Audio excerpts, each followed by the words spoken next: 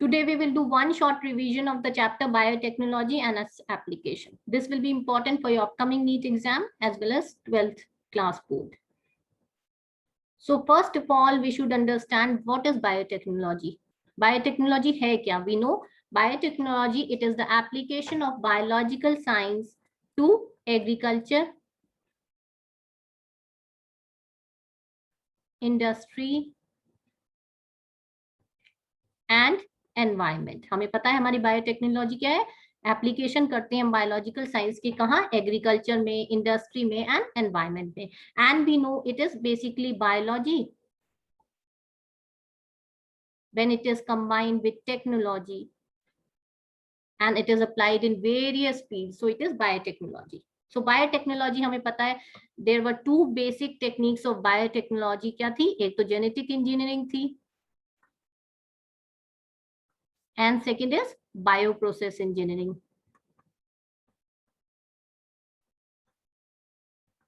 So in genetic engineering we were dealing with the genes, we were manipulating the genes and we were preparing the recombinant DNA. और हम क्या करते थे? recombinant DNA को अपने we used to transfer in the plasmid and then we used to transfer in the host. So we can, this is the genetic engineering. Bioprocess में if we want to get a particular product, we can grow that microorganism under sterile condition and we can obtain the product. So ये दो branches हैं, एक है genetic engineering, एक है bioprocess engineering. We have already studied क्या principle है, what are the techniques which are used in biotech and what are the principles. अब हमने सब कुछ पढ़ लिया. Now we will study कि हम how can we apply biotechnology. This is very important because क्या कर रहे हैं हम? बायोलॉजी हमने प्रिंसिपल्स पढ़ा, but main what is the main focus? हमारा फोकस क्या है? हमारा है कि हम बायोटेक्नोलॉजी कैसे अप्लाई कर सकते हैं. How we can apply biotechnology. किस लिए? कुछ डिजीज करेक्ट करने के लिए, कुछ जेनेटिक डिफेक्ट करेक्ट करने के लिए. How we can apply, what is the application of biotechnology. So we will study what is the application of biotechnology. So this biotechnology is making the genetically modifying organisms like microbes, plants, animals for industrial production of biopharmaceuticals and other useful products. तो biotechnology क्या करती है? हमें पता है, हमने recombinant DNA technology पढ़ा. उसमें क्या होता है? हमें जेनेटिकली मॉडिफाइड माइक्रो ऑर्गेनिजम्स मिलते हैं. माइक्रो ऑर्गेनिजम्स में क्या होता है? May be bacteria, virus, fungi. तो हम क्या करते हैं? उनकी जीन्स को आइसोलेट करते हैं and we insert a new gene और we isolate a DNA and then we combine it with the plasmid and then we insert that DNA back into the host. So हमें क्या मिलता है? genetically modified organism मिलते हैं. And similar we can do in plants, similar we can do in animals. हम क्या करते हैं? कुछ अपने pharmaceutical products हैं, कुछ useful products हैं, वो भी biotechnology की मदद से we can get. And after obtaining these products, we have to do downstreaming process so that we can launch these products in the market. So this is basically biotechnology. Now we will study what are the applications of biotechnology. First application is diagnostic and therapeutic treatment. तो diagnostic and therapeutic treatment में कैसे हम biotechnology को use कर सकते हैं, this we will study. हमें पता है there is a particular disease. एक पर्टिकुलर डिजीज है, किसके वजह से हुई है? जीन ए के वजह से हुई है. राइट. अब हम क्या करेंगे? We will isolate this gene from the organism and we will insert new gene, that is B. So we will insert new gene into the organism. तो क्या होगा उसके वजह से? जो जेनेटिक डिफेक्ट, जो एक जीन के वजह से डिफेक्ट आ रहा है, that can be corrected. So it can be used in the diagnosing of in the treatment of particular disease. अब डायग्नोस कैसे कर सकते हैं? हम डायग्नोस भी कर सकते हैं. We can use a marker. We can use a marker and we can diagnose a particular disease with the help of biotechnology. Like you know PCR, it is polymerase chain reaction. और polymerase chain reaction है. Now it is used to amplify a segment of DNA. We know किस लिए use होता है? एक segment को amplify करने के लिए. Nowadays PCR is widely used in detecting the corona patients. So one of the most important application is diagnostic and therapeutic. कैसे हम किसी चीज को डायग्नोस कर सकते हैं, किसी चीज को, डिजीज को कैसे उसको सही कर सकते हैं, this is one of the main application of biotechnology. And currently we can see that this biotechnology is applied widely in the detection of corona patients. हमारे कोरोना पेशेंट्स कैसे डिटेक्ट करते हैं? We are detecting with the help of this PCR. Next is genetically modified crops. Now this is another application of biotechnology. इसमें हम क्या कर रहे हैं? Like what were the traditional techniques? हमारी जो traditional techniques थी plants में, we used to use hybridization. Like if there is plant A and if there is plant B, we will cross these plants and we will get another plant C. Now there are certain characters in plant A and certain characters in plant B. हमें plant कुछ characters plant B के बहुत अच्छे लगे, like it is drought resistant, it is insect resistant, and we want these characters to be transferred in plant C. So what we will do? We will hybridize, दोनों को क्या करेंगे? Cross कराएंगे, cross करा के हमें C प्लांट मिल गया। अब सी में हमें कुछ कैरेक्टर्स ऐसे मिल गए जो बी में थे, but what is the drawback? We are getting undesirable characters also. हमें कुछ ऐसे कैरेक्टर्स भी मिले हैं जो कैरेक्टर्स हमें नहीं चाहिए थे। कुछ ए में थे, जैसे इट वाज ड्राउट रेजिस्टेंट नहीं था, वो कैरेक्टर भी ट्रांसफर हो गया, जबकि हमें वो कैरेक्टर नहीं चाहिए था। तो हमें जो कैरेक्टर चाहिए थे वो तो हमें प्लांट में मिल गए, बट कुछ ऐसे कैरेक्टर्स भी मिले जो कि हमें नहीं चाहिए थे। So this was the traditional method, जो ट्रेडिशनल हाइब्रिडाइजेशन कराते थे हम पहले, before biotechnology. Now how can biotech help in this? This we have to understand. Biotech कैसे help कर सकती है? We know that a particular gene is present, gene A is present, which is for insect resistant.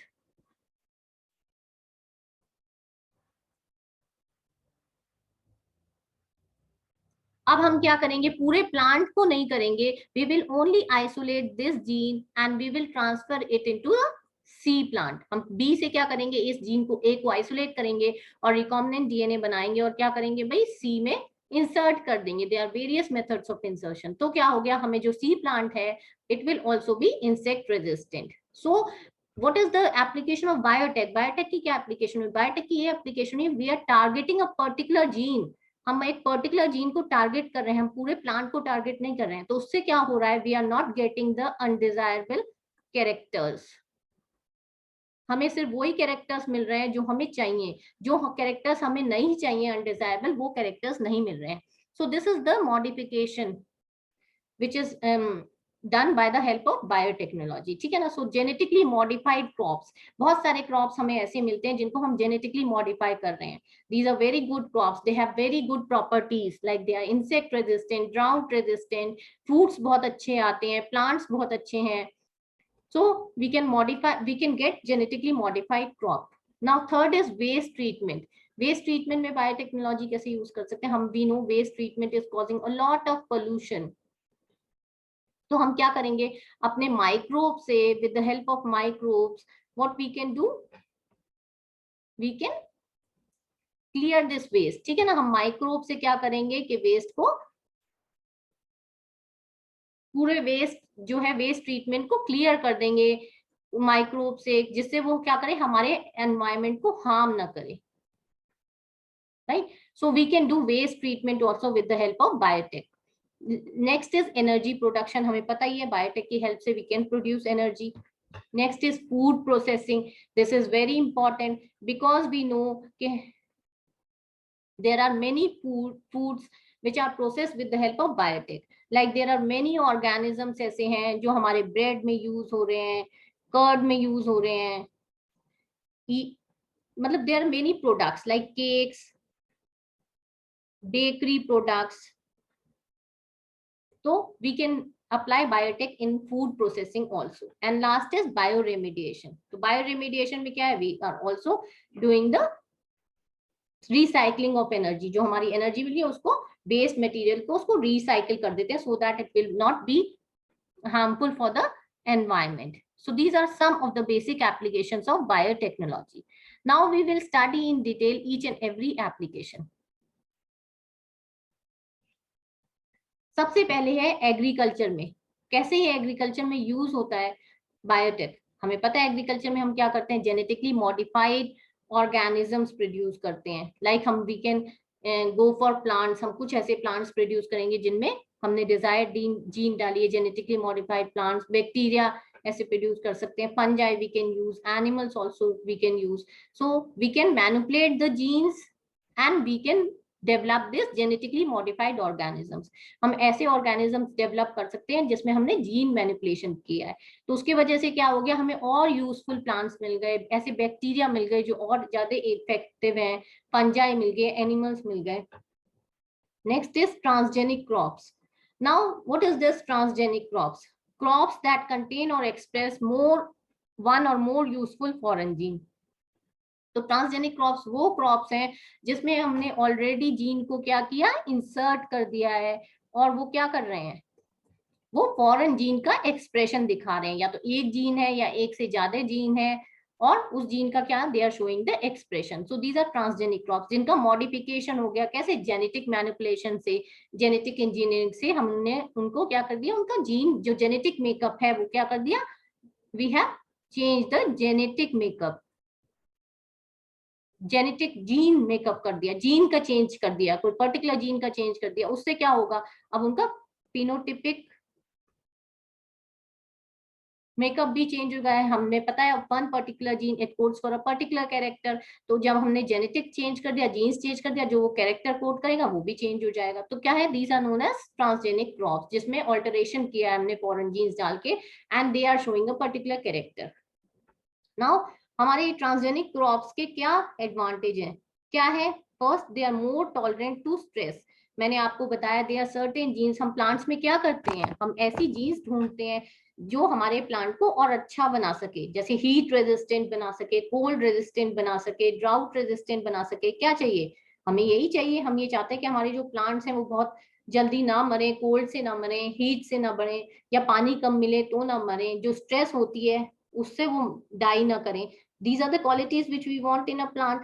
सो क्या करेंगे हम, Janet application को कैसे, agree biotechnology को कैसे अप्लाई कर सकते हैं, हम ऐसे प्लांट्स बनाएंगे जो कि ज्यादा टॉलरेंट होंगे, किससे, स्ट्रेस से, हीट से, कोल्ड से, ड्राउट से। सो this is one of the advantage. Now second is pest resistant genetically modified crops, reduce the use of chemicals like BT cotton.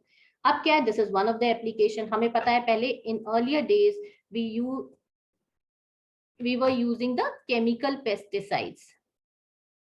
किस लिए यूज करते थे केमिकल पेस्टिसाइड्स, हम इसलिए यूज करते थे कि जो इंसेक्ट हैं वो हमारे प्लांट्स को हार्म ना करें।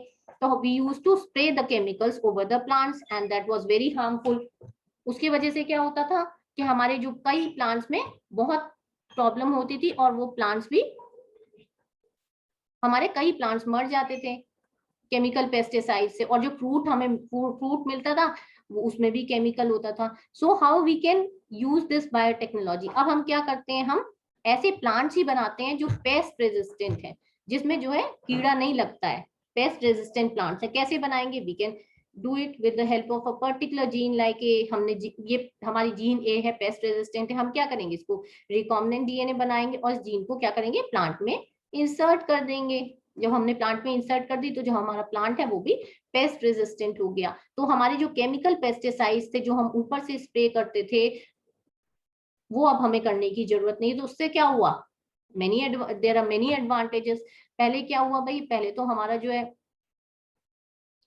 It reduces money also. सबसे पहले तो उन्होंने हमें, हमारे पैसे बच गए जो हम केमिकल पेस्टिसाइड्स में यूज करते थे। सेकंड क्या है कि यूज करने के बाद भी एफिशिएंसी नहीं आती थी, अब हम जेनेटिक इंजीनियरिंग से कर रहे हैं तो मोर genetically modified crops are there, right? So these are some of the, like genetically हमने pest resistant crops कौन सा है, BT cotton। BT cotton is one of the pest resistant crop जो हमने कैसे बनाया, बायोटेक्नोलॉजी की मदद से बनाया। Now third point is it reduce post harvest losses। हमें पता है कि हमारे जो प्लांट्स हैं वो फ्रूट देते हैं, लेकिन उसके बाद भी बहुत सारे लॉसेस होते हैं। कुछ फ्रूट्स क्या होते हैं, खराब हो जाते हैं, कुछ ऐसे गल जाते हैं, कुछ हमें क्या है, अगर हम 100% ग्रो करते हैं तो we get only 70% of the fruits जो सही होते हैं, जो कि फार्मर मार्केट में ले जाता है, राइट। तो बहुत सारे पोस्ट हार्वेस्ट लॉसेज हैं। तो हमारे बायोटेक यूज करने से, जेनेटिक इंजीनियरिंग से क्या करने से क्या हो गया, हमारे पोस्ट हार्वेस्ट लॉसेज बच जाते हैं। So it reduces the post harvest losses. Next, it enhance the nutritional value of food like golden rice. पहले जो न्यूट्रिशनल वैल्यू होती थी उससे कई गुना ज्यादा क्या होता है बायोटेक यूज करने से हो रहा है। If we are using genetically modified crops, तो हमारे जो जेनेटिकली मॉडिफाइड क्रॉप्स हैं उनकी जो न्यूट्रिशनल वैल्यू है वो कई गुना ज्यादा है। लाइक गोल्डन राइस की nutritional value is very good. तो हम ऐसे जो क्रॉप्स हैं जेनेटिकली मॉडिफाइड क्रॉप्स, उनकी जो न्यूट्रिशनल वैल्यू है वो बहुत हाई है as compare to traditional crops. Like vitamin A, golden rice हमारा विटामिन ए बहुत ज्यादा है इसमें। Next is increase efficiency of mineral use. तो हमारी क्या है इसमें, हमें पता है कि अगर हम क्रॉप को ग्रो करेंगे तो we need certain minerals also. So this is reduce in case of this biotechnology. तो हम बायोटेक्नोलॉजी में क्या है, तो हमें ऐसे जेनेटिकली मॉडिफाइड क्रॉप्स मिल गए हैं जिसमें हमें बहुत ज्यादा इन सब चीजों की जरूरत नहीं है, and we are getting a superior quality also. हमें जो क्वालिटी मिल रही है, जेनेटिकली मॉडिफाइड क्रॉप मिल रही है, उसमें विटामिन भी ज्यादा हैं, and they are insect resistant, drought resistant. So definitely this is a good application of biotech in the crops as compared to traditional method. तो सबसे पहले हमने पढ़ा जो हमारा पेस्ट रेजिस्टेंट प्लांट है कौन सा है, बीटी कॉटन प्लांट है। Now BT stands for bacillus thuringiensis. Bacillus thuringiensis क्या है, हमारा एक सॉइल बैक्टीरिया है which is known as Bacillus thuringiensis. तो BT किस लिए होता है, BT stands for Bacillus thuringiensis. Now this is very important from your exam point of view. इसमें से आपका एक क्वेश्चन आता ही आता है BT कॉटन में से, this is very important. तो why it is important? So you should know what is the full form of BT. ठीक है ना, BT कहाँ से ओरिजिनेट हुआ है, ये ओरिजिनेट हुआ है Bacillus thuringiensis से। और ये बैक्टीरियम की क्या प्रॉपर्टी है कि जो बैक्टीरियम है ये क्या करता है, प्रोटीन्स प्रोड्यूस करता है, प्रोटीन क्रिस्टल्स प्रोड्यूस करता है। क्या करता है, like cry A1C, cry A2B, ये क्या प्रोड्यूस करता है, प्रोटीन्स। नाउ दीज क्रिस्टल्स क्या करते हैं, these are insecticidal protein that kills the insect. ये जो हमारे प्रोटीन है ये कैसे होते हैं, इंसेक्टिसाइडल प्रोटीन्स होते हैं। ये क्या करते हैं, हमारे इंसेक्ट को किल कर देते हैं। इसीलिए हम कह रहे हैं पेस्ट रेजिस्टेंट प्लांट, क्योंकि क्या कर रहे हैं, हमारे इंसेक्ट को किल कर देते हैं। ये वाले प्रोटीन्स कैसे किल करते हैं, क्योंकि इनमें क्या होता है, क्राइजीन्स होता है। These plants contain this cry genes, और these cry genes have been introduced in the plants to produce a protein. ये क्या करते हैं, जब हम क्राइजीन्स को इंट्रोड्यूस करते हैं प्लांट्स में तो क्या होता है, क्राई प्रोटीन प्रोड्यूस होता है। और ये जो क्राई प्रोटीन है it is known as prototoxin. Prototoxin protein कहते हैं हम इसको। और ये क्या है, इनएक्टिव प्रोटीन होता है। सबसे पहले क्या होता है, प्रोटोटॉक्सिन इनएक्टिव प्रोटीन होता है जो कि क्राई प्रोटीन है। Now this protein is converted into active form और टॉक्सिन इन एल्कलाइन मीडियम। तो ये प्रोटीन प्रोटोटॉक्सिन क्या है, एक्टिव फॉर्म में कन्वर्ट प्रोटोटॉक्सिन हमारा क्या होता है, ये तो इनएक्टिव है। Now this is converted into toxin that is active form. कब, जब ये इंसेक्ट के गट में जाता है। क्यों, क्योंकि देयर इज एल्कलाइन पीएच। तो गट में क्या होता है, एल्कलाइन पीएच होता है, और एल्कलाइन पीएच में क्या होता है, ये एक्टिव टॉक्सिन में कन्वर्ट हो जाता है एंड क्या करता है कि हमारे इंसेक्ट की डेथ कर देता है। So this is the reason it is known as pest resistant plant. किसकी वजह से, क्राई प्रोटीन की वजह से। ये क्या कैसा प्रोटीन है, क्रिस्टल, ये बैसिलस थुरिंजेंसिस क्या करता है, क्रिस्टलाइन प्रोटीन प्रोड्यूस करता है, प्रोटोटॉक्सिन। कब, ये तो इनएक्टिव फॉर्म में होता है जब ये इंसेक्ट के अंदर जाता है, तो क्योंकि अल्कलाइन पीएच में ये एक्टिव हो जाता है, तो एक्टिव हो जाता है and it kills the insect. So this is the way how this BT toxin, BT cry protein works. And ये सबसे पहले क्या होता, बीटी कॉटन में था। तो इससे क्या करते हैं हम कि जहां भी हम क्राइजीन्स डालेंगे वो हमारा जो प्लांट है वो क्या हो जाएगा, पेस्ट रेजिस्टेंट प्लांट हो जाएगा। Now protection of plants against nematodes. हम कैसे अपने प्लांट्स का प्रोटेक्शन कर सकते हैं against nematodes. We know nematode Meloidogyne incognita, it affects the tobacco plant and reduces the yield. ये क्या करता है, टोबैको प्लांट को इफेक्ट करता है और उनकी यील्ड को कम करता है। Now we know specific genes from the nematodes. These are introduced into the plants using Agrobacterium tumefaciens.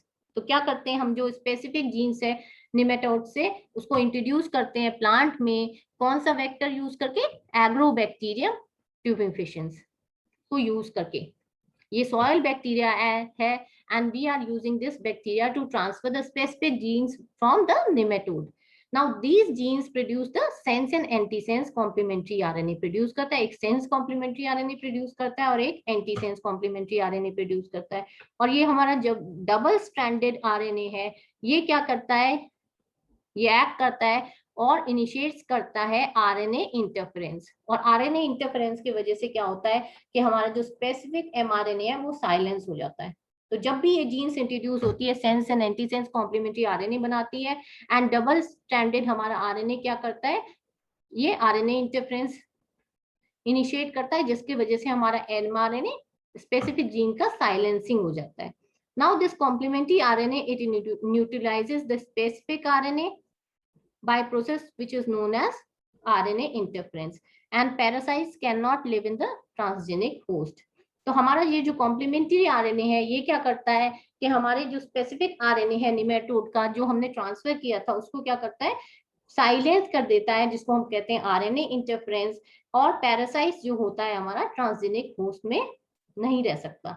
So this is the way how this protection is done against nematodes. तो कैसे हम ये nematodes के against protection कर सकते हैं. This is one of the application. This is the diagram showing the RNA interference. ये हमारा दिखा रहा है RNA interference. This is double stranded RNA. This is dicer molecule. This is single stranded RNA. ये क्या हो रहा है हमारा सिंगल स्ट्रैंडेड आरएनए क्या दिखा रहा है, अनवाइंडिंग दिखा रहा है. हमें पता है डबल स्ट्रैंडेड से सिंगल स्ट्रैंडेड, अब क्या है, अनवाइंडिंग इज देयर. नाउ क्या हो रहा है, हमारा जो टारगेट है जहां हमें टारगेट करना है उसको क्या हो गया, target recognition first and then it is cleaved, क्योंकि हमें पता है वो पर्टिकुलर एरिया हमें we have to cut that. Now this is mRNA degradation. तो हमारा जो एमआरएनए है वो क्या हो गया, डिग्रेड कर रहा है, जिसकी वजह से क्या होगा, एमआरएनए आरएनए साइलेंसिंग हो जाएगी, जो प्रोटीन है वो नहीं दिखेगा, there will be no protein expression. So this is the diagram which is showing the RNA interference. Now next application of biotechnology is in medicine. अब हमने प्लांट्स में पढ़ा, पेस्ट रेजिस्टेंट प्लांट्स में पढ़ा, निमेटोड में पढ़ा. अब हम क्या मेडिसिन में कैसे यूज कर सकते हैं जेनेटिकली मॉडिफाइड ऑर्गेनिज्म, या बायोटेक्नोलॉजी को मेडिसिन में कैसे यूज कर सकते हैं, how this is applied in medicine we should no.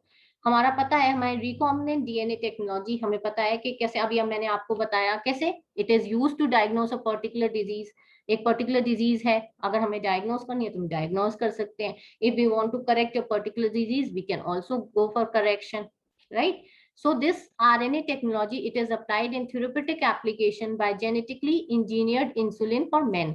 तो इसमें मेडिसिन में क्या हुआ कि जेनेटिकली इंजीनियर्ड इंसुलिन प्रोड्यूस किया बायोटेक्नोलॉजी ने. सबसे पहले जेनेटिकली इंजीनियर्ड इंसुलिन किसे, 1983 Eli Lilly, an American company, prepared 2 DNA sequence coding for chains of alpha and beta. तो सबसे पहले 1983 में एली इली एक साइंटिस्ट था, उन्होंने क्या, ये एली इली an American company, उन्होंने क्या किया, 2 DNA सीक्वेंसेस प्रिपेयर किए, एक चेन ए के लिए और एक चेन बी के लिए.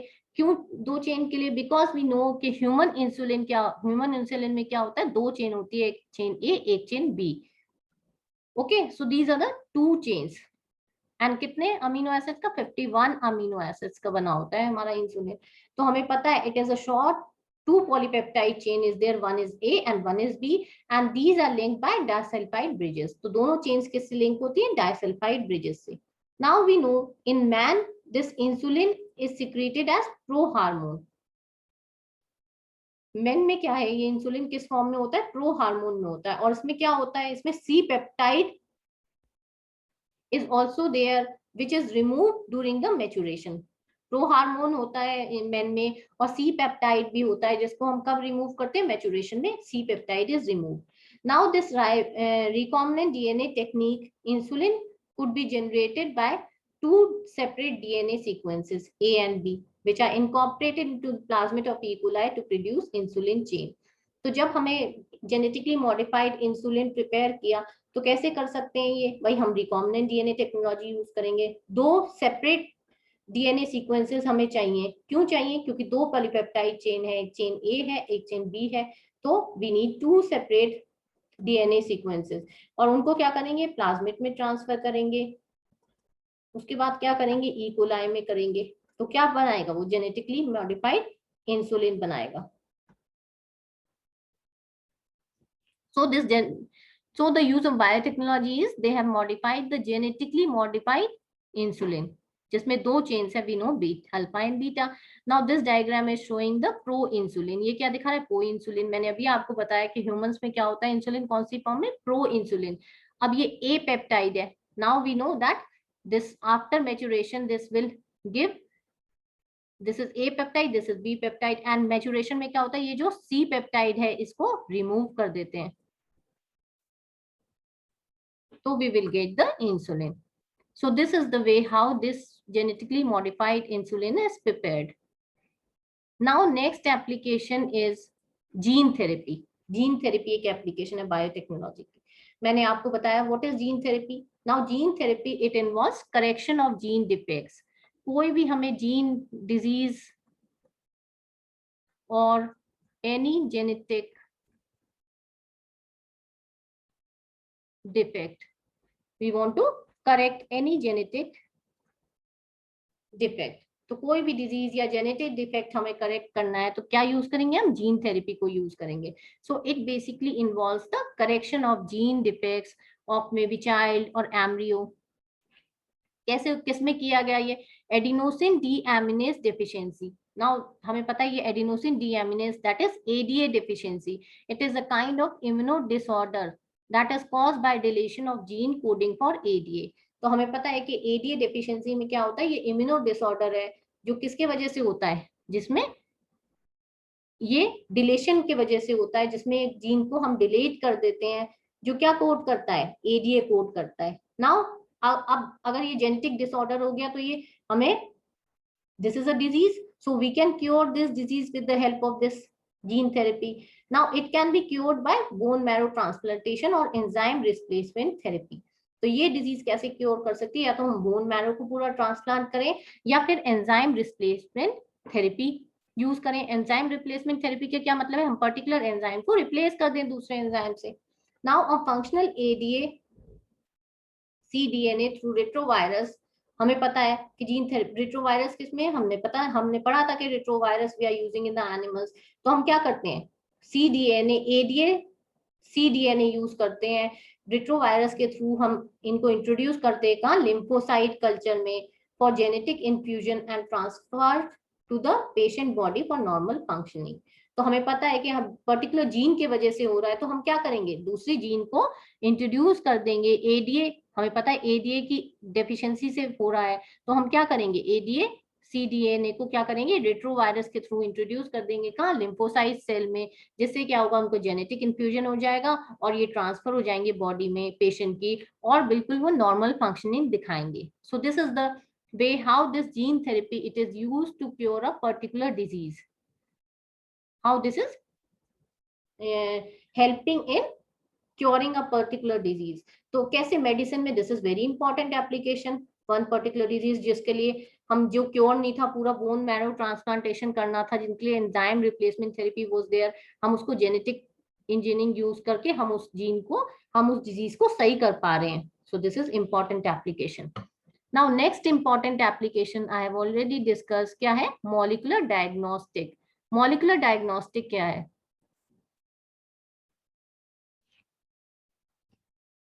मॉलिक्यूलर डायग्नोस्टिक क्या है, किसी चीज को हमें क्या करना है भाई, डिटेक्शन करना है, early and accurate detection of disease, substituting conventional diagnostic techniques में बी डन। ठीक है ना, मॉलिक्यूलर डायग्नोस्टिक है मतलब क्या है, किसी चीज को डायग्नोस करना, किसी डिजीज को डायग्नोस करना। तो how biotechnology can help in molecular diagnostic, we have already discussed this. One particular technique is there which is PCR, polymerase chain reaction. We know it is done to amplify DNA segments, ये क्या करता है, हमारे segments को amplify करता है। हमें पता है एक हमारा छोटा short stretch of genome is there and it is amplified for the detection of the suspected AIDS, cancer, genetic disorders. तो बहुत सारी चीज we can detect with the help of PCR, like AIDS भी कर सकते हैं, cancer कर सकते हैं, बहुत सारे genetic disorders कर सकते हैं, and nowadays it is mainly used for coronavirus. So this is very important technique, क्योंकि क्या करती है, ये छोटा एक डीएनए क्या करता है, मल्टीपल कॉपीज बनाता है, 1 billion copies are formed, right. So it can amplify that DNA to such an extent के एक डीएनए सेगमेंट से 1 billion copies can be formed. Next is ELISA, that is enzyme linked immunosolvent assay. This is another technique, किस लिए use करते हैं हम, ads के लिए यूज करते हैं, and it is based on antigen antibody reaction. मैंने आपको बताया ये एंटीजन एंटीबॉडी रिएक्शन। तो हमें पता है कि when a particular antigen enters the body, क्या होता है, हमारी बॉडी उसके अगेंस्ट एंटीबॉडीज बना लेती हैं और क्या करती हैं, फाइट करती हैं। तो this ELISA is based on the enzyme antigen antibody reaction, and in various disease this is used, like this is also used for the detection of AIDS. हम AIDS detect कर सकते हैं कैसे, ELISA को use करके। now next is transgenic animals. हमें पता है ट्रांसजेनिक एनिमल्स क्या होते हैं, भाई ट्रांसजेनिक एनिमल्स वो होते हैं जिनकी जीन्स हम मैनिपुलेट कर सकते हैं, जैसे फॉरेन जीन उनके अंदर इंट्रोड्यूस कर सकते हैं जिन जो एक्सप्रेस करें, और these are known as transgenic animals. तो ऐसे animals which have manipulated genes or a foreign gene which is expressing its characteristic, it is known as transgenic animals. कहाँ यूज करते हैं, to know how genes contribute to the development of disease. First, they are used to know how these genes are contributing to disease. Second, they are used proteins for the treatment of disease. कुछ ऐसे proteins code करते हैं जो disease के treatment के लिए use होते हैं। They can be used for vaccine and chemical safety also. तो transgenic animals किस लिए यूज होते हैं, भाई vaccines के लिए और chemical safety trials के लिए, these are widely used. Now next is biopiracy. Biopiracy क्या है, we know there are some organization, multinational companies that exploit or patent bioresources of other nations without proper authorization. So this is known as biopiracy. के कुछ organisation है, companies हैं, वो क्या करती हैं और पेटेंट बायोरिसोर्सेज को यूज करती हैं without proper authorization. Now Indian patent bill is there to prevent such an unauthorized exploitation, like GEAC is there for validity of genetically modified research and safety of introducing organism. तो हम genetically modified organism को we have to patent and we cannot biopiracy. We cannot do biopiracy.